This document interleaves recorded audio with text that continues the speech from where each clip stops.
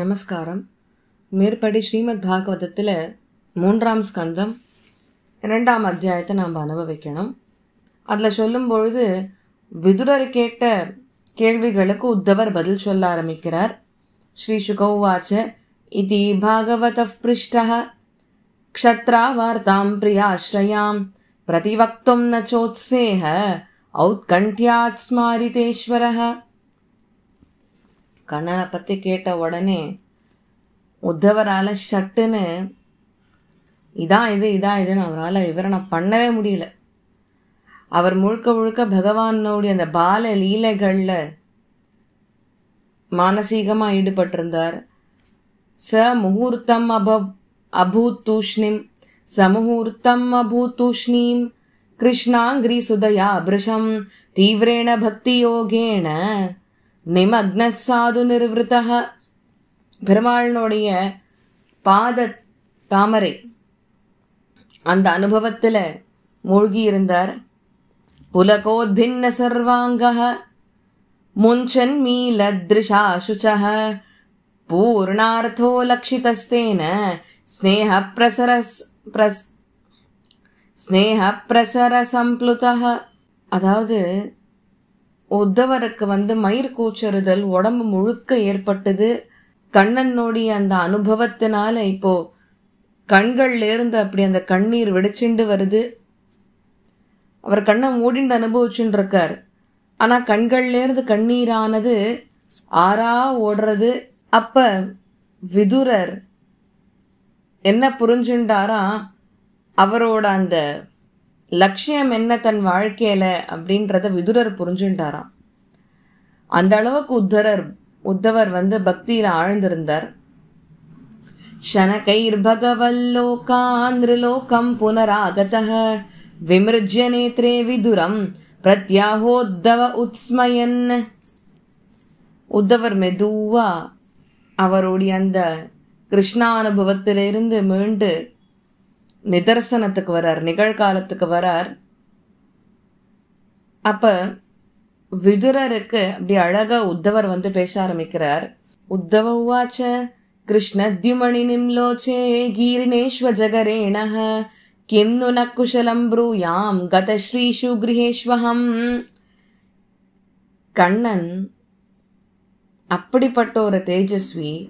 அவர் இப்ப இந்த உலகத்தை விட்டு போயிட்டார், ஸ்ரீவைகுண்டத்திற்கு எழுந்தருளியாச்சு அப்படின்றத நம்ம எப்படி ஏற்றுக்க முடியும்? கண்ணம் என்னும் சூரியன் அஸ்தமனமாயிடுத்தே, இனிமே நம்ம என்ன பேசுறதுக்கு இருக்குன்னு உத்தவர் விதுரரை பார்த்து சொல்றார். துர்பகோ பதலோகோயம் யதவோ நிதராமபி ஏ சம்வசந்தோ ந விதுர்ஹரிம் மீனாய்வோடுபம். பா, இந்த லோகத்தில் இருக்கிறவாள்ல எவ்வளவு அபாகியசாலிகள் பாருங்கோ. ஸ்ரீஹரியை இந்த யதுவம்சிகள் தன்னோடையே வச்சுருந்தா. அந்த யதுவம்சிகளுடைய குலத்துல தானே ஸ்ரீஹரியானவர் அவதரித்தார். அவர் யதுவம்சிகளோடையே பிறந்து வளர்ந்து ஆடி பாடி சிரிச்சு அவருடைய பாலலீலைகள் எல்லாம் பண்ணியிருக்காரு இல்லையா. இருந்தாலும் இந்த யதுவம்சிகள்ல நிறைய பேரால ஸ்ரீஹரிதான் கண்ணனாக அவதரிச்சிருக்கார் அப்படின்றத புரிஞ்சுக்காதே இருந்துட்டா. எப்படின்னா, ஒரு கடலுக்குள்ள இருக்கிற மீன் எப்படி அது கடலுக்குள்ள இருக்கிறச்சே மேல வானத்துல உதிக்கிற அந்த சந்திரனை ரெக்கக்னைஸ் பண்ணாதே இருக்கோ, புரிஞ்சுக்காதே இருக்கோ, அந்த மாதிரி இந்த யதுவம்சிகளுக்கு நடுவுல கண்ணன் இருந்த சமயத்துல அவர்தான் ஸ்ரீஹரி அப்படின்னு இவ தெரிஞ்சுக்காதே இருந்துட்டா. இங்கிதஜ்ஞா புரு பிரௌடா ஏகா ராமாஸ்ச சாத்வதாஹ சாத்வதாம் ரிஷபம் சர்வே பூதாவா சமமம் சத. இந்த சாத்வதர்கள் யாதவர்கள்லாம் இருக்காளே, அவள்ல ஒரு சில பேர் ஞானிகளா இருந்தா. ஏன்னா அடுத்தவா மனசுல என்ன இருக்குன்றத அவளுடைய முக பாவனையை வச்சுட்டே கண்டுபிடிச்சுடுவா. அவ்வளவு சாமர்த்தியசாலிகள். அவள்லாம் கண்ணனா புரிஞ்சுண்டவா. அவ கண்ணனோடு இருந்து கண்ணனோட சேஷித்தங்கள்லாம் தன்னை ஈடுபடுத்திண்டு கடைசி வரைக்கும் இருந்தா கண்ணனோட. ஆனா இப்போ இந்த மாதிரி கண்ணனோடயே இருந்துட்டு கண்ணனை பத்தி நன்னா புரிஞ்சுண்டு பெருமாடத்துல பக்தி பண்றவா இருக்கா இல்லையா, அவளை தேவஸ்ய மாயையா ஸ்பிருஷ்டா ஏ சான்யத சதாஸ்ருதாக பிராமியதே தீர்ண தத்வாக்கைஹி ஆத்மன்யுக்தாத்மனோஹரௌ. இந்த மாதிரி ஞானிகள் சதா அவளுடைய மனசுல ஸ்ரீஹரிய தியானம் பண்ணிட்டே இருக்கிறதுனால அவளை யாருமே மிஸ்கைட் பண்ணவே முடியாது. எந்தெந்த எதுக்கள்லாம் கண்ணனை புரிஞ்சுக்காத கண்ணனுடைய மாயையான அந்த அஜ்ஞானத்திலே மூழ்கி இருந்தாலோ அவள்லாம் இவாளை ஒன்றும் பண்ண முடியாது. அதே மாதிரி சிசுபாலன் முதலியவர்கள் கண்ணனுக்கு அகெயின்ஸ்டா எல்லாத்தையும் பண்ணாலோ இல்லையோ, அவளாலையும் இவாளை தப்பான முறையில கைட் பண்ண முடியாது.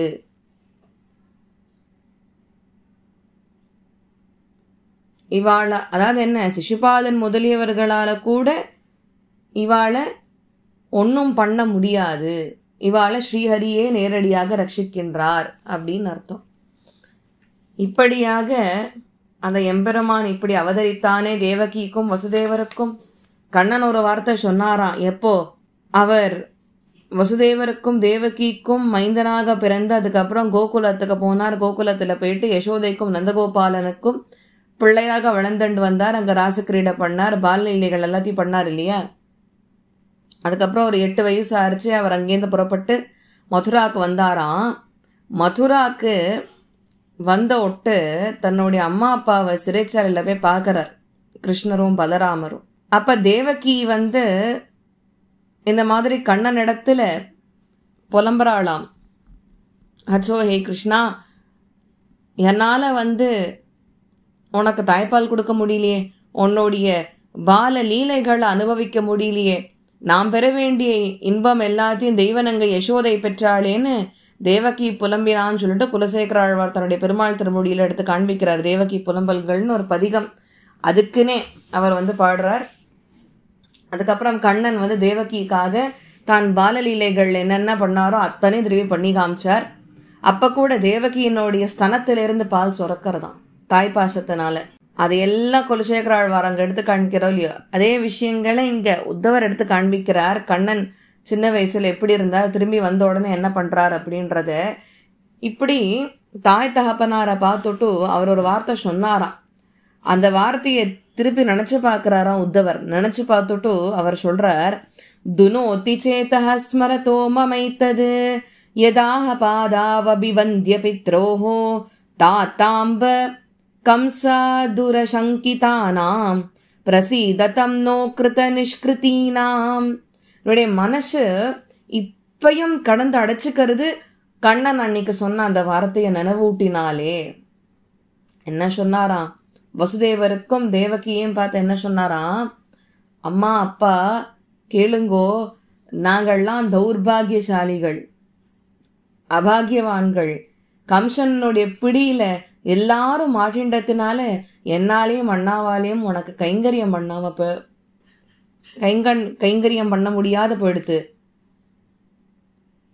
நாங்கள்லாம் உங்களுக்கு சேவகம் பண்ண வேண்டியவர்கள், நீங்கள்லாம் எங்களுக்கு ஜனனத்தை கொடுத்துருக்கீங்களோ, நாங்கள் உங்களுக்கு எப்படி பார்த்துட்டு இருந்திருக்கணும், ஆனால் இது எதுவுமே எங்களால் பண்ண முடியலை. நாங்கள்லாம் அபாகியவான்கள், எங்களை தயவு செஞ்சு மன்னிச்சிருங்கோ, உங்களுக்கு நான் கைங்கரியம் பண்ணாமல் இருந்துட்டேன்னு அந்த 2 பசங்களும் அம்மா அப்பா காலில் விழுந்து நமஸ்காரம் பண்ணி மன்னிப்பு கேட்டதுங்க. இந்த வார்த்தையை திருப்பி உத்தவர் நினைவூட்டு பார்த்துட்டு சொல்றார், அப்பா கண்ணனால எப்படி இப்படி ஒரு வார்த்தையை பேச முடிஞ்சுது, அவர் சர்வேஸ்வரனாச்சே, அவர் போய் இன்னொருத்தர் கைங்கரியம் பண்ற இறங்கலாமான்னா அந்த இடத்துல தான் ஒரு பிள்ளை தன் அப்பா அம்மாவுக்கு செய்ய வேண்டிய கடமையை தவறக்கூடாது அப்படின்றத எப்படி திருப்பி நிலநாட்டுறாரு பாருங்க கண்ணன். அதுதான் நம்ம புரிஞ்சுக்க வேண்டிய ஒரு விஷயம். அதே மாதிரி மகாபாரத யுத்தம் நடக்கிறச்சே கண்ணன் பிருத்தாவனுடைய பிள்ளைக்கு சாரதியாக இருந்து அந்த பாரத போரை ஜெயிச்சு கொடுத்தது, உக்ரசேனனை சிறைச்சாலேருந்து விடுவிச்சு உக்ரசேனரை திருப்பி ராஜாவாக்கினது, இது எல்லாத்தையும் சொல்றார் 2வது 3வது அத்தியாயங்கள்ல. அங்க அந்த 3வது அத்தியாயத்தினுடைய முடிவில் சொல்லும் பொழுது துவாரகையினுடைய எது வம்சங்கள் எப்படி அழிஞ்சான்றத சொல்றார் அவர். புரியாம் கதாச்சித் கிரீடத்பிஹி யதுபோஜகுமாரகைஹி கோபிதா முனயஷேபுஹு பகவன் மதகோவிதாக. இந்த யதுக்களும் போஜர்களும் துவாரகையில விளையாடிட்டு இருக்கிறச்சே ஒரு சமயம் விளையாட்டுக்காக 2 பசங்க போய் என்ன பண்ணிடுத்துங்கோ,